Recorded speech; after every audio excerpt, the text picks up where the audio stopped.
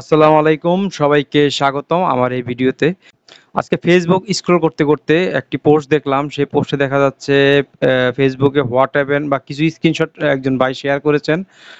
তিনি লিখেছেন what happen 12 September 2024 we removed your post. সেটা 12 তারিখে রিমুভ করেছে হিরাফাত আর মজুমদার। 11 সেপ্টেম্বর 2024 সে পোস্টটা করেছে এবং পোস্টের কিছু স্ক্রিনশট তিনি দিয়েছেন।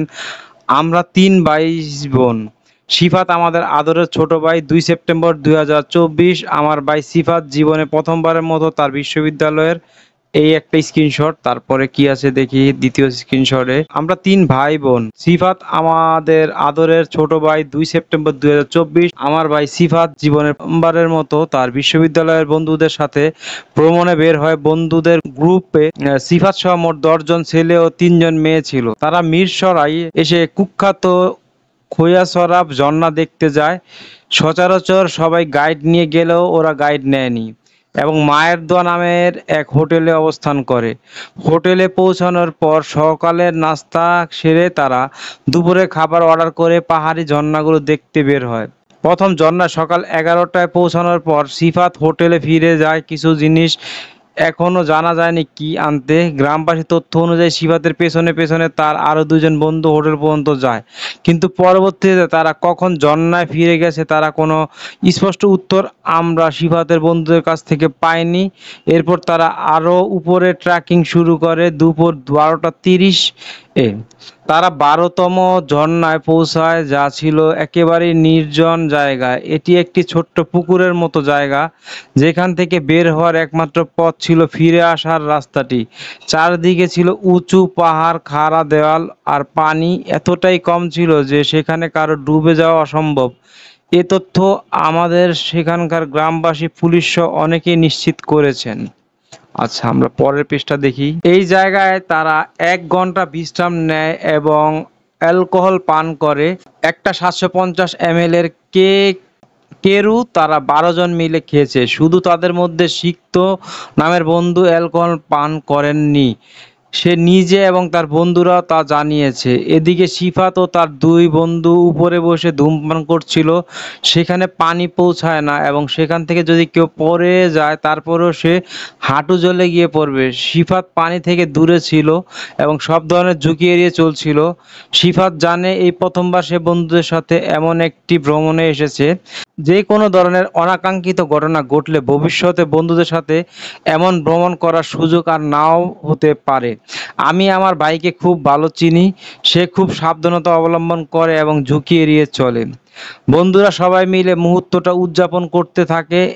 সেই সাথে 5 জন ছেলে পানিতে নামে এবং সাঁতার কাটে। গ্রুপের 3 জন ছেলে একটি বড় পাথর থেকে পানিতে ঝাঁপিয়ে পড়ে আনন্দে মেতে ওঠে। এই সময় গ্রুপের 3 জন মেয়ে হাঁটু সমান পানিতে সময় কাটাচ্ছিল। পাথর থেকে পানিতে ঝাঁপ দেওয়ার আনন্দে অংশগ্রহণ করতে সিফাতকে ডাকা হয়, কিন্তু সিফাত জানায় সে এখন পানিতে নামবে না। নিচে নামার জন্য সিফাতের বন্ধুরা সিফাতকে ইনসিস্ট করলেও সে নিজের মতো করে উপরে বসে সময়টা উপভোগ করতে থাকে। আর সিফাত যে পানিতে নামতে আগ্রহী ছিল না, এই কথা শাওন নামের এক ছেলে আমাদের কাছে এবং গ্রামবাসী ও পুলিশ কাছে কনফার্ম করে। আচ্ছা, তারপরের স্ক্রিনশটটা দেখি কি। বেলা 2টা 30 নাগাদ সিফাতের বন্ধুরা দাবি করে তারা হঠাৎ দেখতে পায় সিফাত আর সেখানে নেই। তাদের সবার এক অদ্ভুত দাবি যে সিফাত নাকি তাদের চোখের সামনে থেকে উধাও হয়ে গেছে। তাদের দাবি অনুযায়ী তারা সিফাতকে খোঁজা শুরু করে, যা একদমই ঠিক নয়, কারণ গ্রামবাসী বলেছে তারা বিকেল 4টার দিকে হোটেলে ফিরে আসে এবং তড়িঘড়ি করে ঢাকা ব্যাক করার ট্রাই করে। গ্রামবাসীদের সন্দেহ হয়, সাথে সাথেই তারা সিফাতের কথা জিজ্ঞেস করে।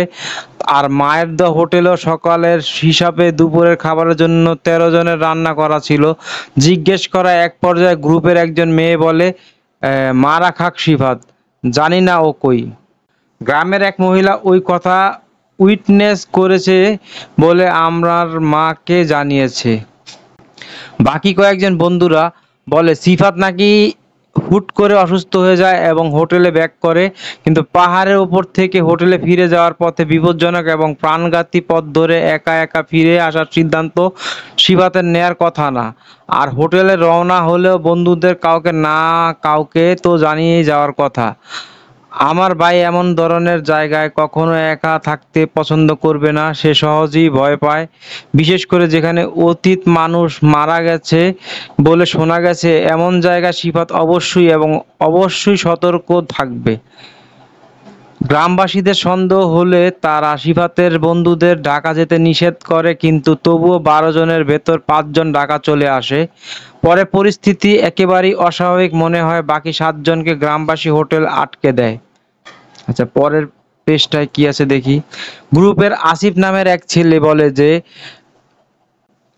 বলে সে নাকি রাত 9টায় 999 নম্বরে কল করে পুলিশকে জানায় এবং পুলিশ তাদের কড়াভাবে সতর্ক করে। কিন্তু যখন তদন্তের জন্য পুলিশ স্টেশনে ওদের সবাইকে একসাথে রাখা হলে এরপর থেকেই তার বক্তব্য একরকম হয়ে আসে, যা অবশ্যই কাকতালীয় না এবং পুরোটা সে ওদের নিজের বানানো তা সহজেই বোঝা যাচ্ছে।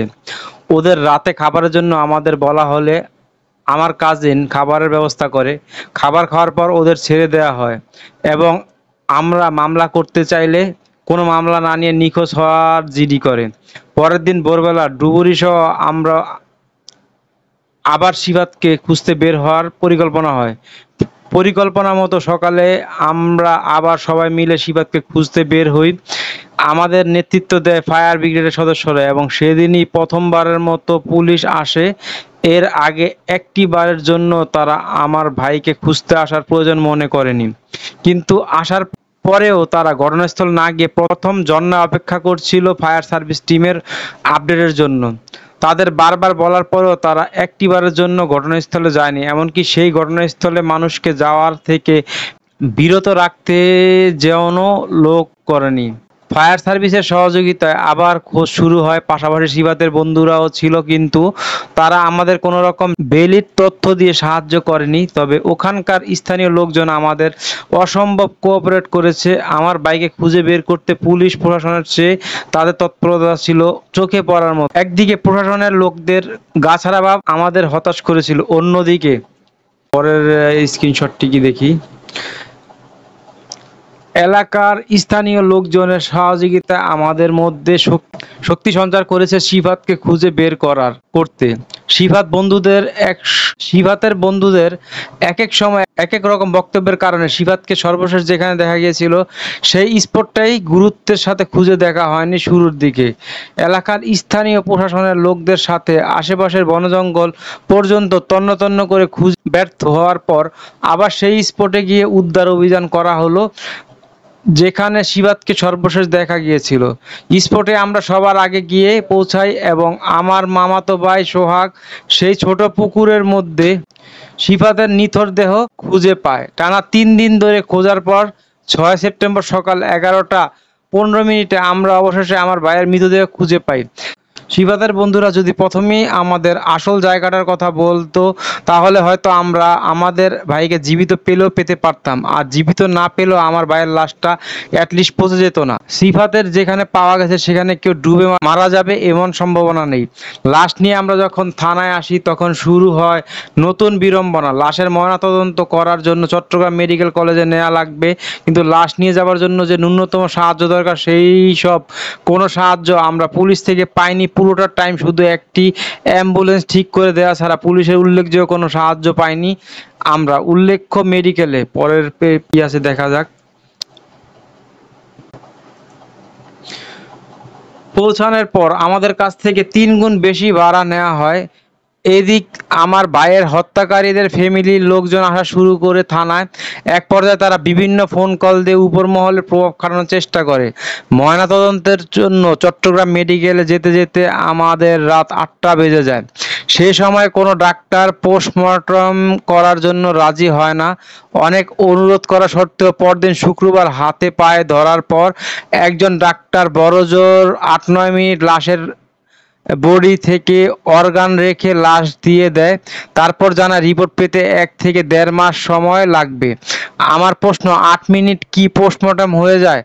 প্রথম সিফাতের নিখোঁজ হওয়া, সিফাতের প্রাপ্তবয়স্ক বন্ধুদের পক্ষ থেকে উপযুক্ত পদক্ষেপ না নেওয়া, গ্রুপ থেকে তাড়াহুড়া করে কয়েকজনকে ঢাকা ফিরে আসা, একজনের সাথে আরেকজনের বক্তব্য না মিলা, যদি সবাই এক স্পটে উপস্থিত ছিল ইত্যাদি সবকিছু আমাকে ভাবায়। আমি ভাবি আমার ভাই কিভাবে মারা গেল, আমার ভাই কি মারা গেল নাকি আমার ভাইকে মেরে ফেলা হয়েছে, নাকি কোনো দুর্ঘটনার ফলাফল আমার ভাইয়ের মৃত্যু। আমার মনে শুধু প্রশ্ন আর প্রশ্ন, কিন্তু কোনো উত্তর নেই।